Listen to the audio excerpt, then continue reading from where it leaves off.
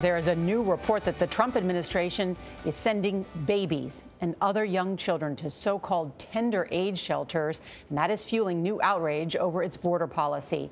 The Associated Press reports the government is housing these young children in at least 3 special detention facilities in South Texas. Tender age is typically defined as 12 and under by the Department of Homeland Security. Houston's mayor says the administration plans to open another tender age shelter in that city.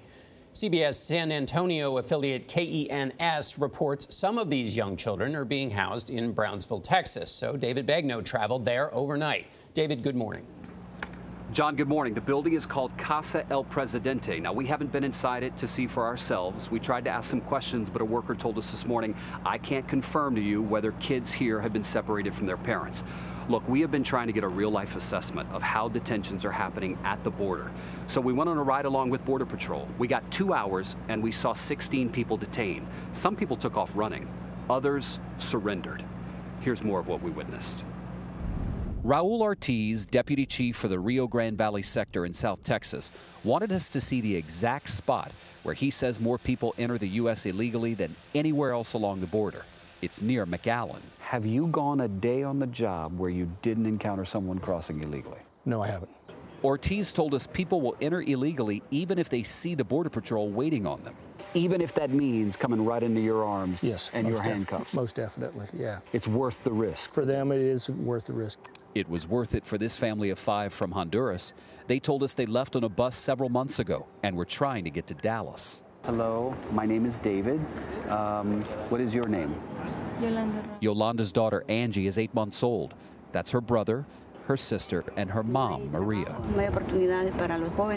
Chief Ortiz says Maria told him the family was escaping violence in Honduras, and they knew the risk they were taking. Even though you're going to be detained, is it worth it to you anyway? Her answer was translated by Border Patrol agent Sergio Tinoco. Everybody knows that there's help for families here in the United States, and so the risk is valid to them. I can sense the empathy in your voice. What goes through your mind when you come upon a group of people like this? Well, this is for all of us. I mean, all of us are from this area. We all grew up here. I grew up here. We're all human nonetheless, but we still have to do our job.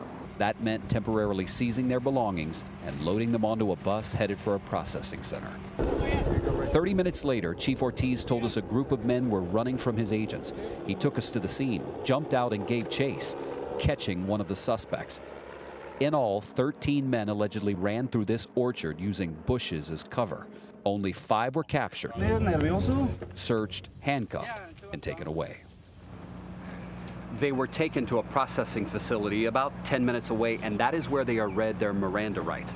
Now, Gayle, that Honduran family we just mentioned in the piece, they will not be separated. According to Chief Ortiz, that is because they all traveled as a family unit, and there is that young baby, that 8-month-old. So he's saying that family won't be separated, but that same guarantee is not passed along to other families like them. All right, David, thank you very much.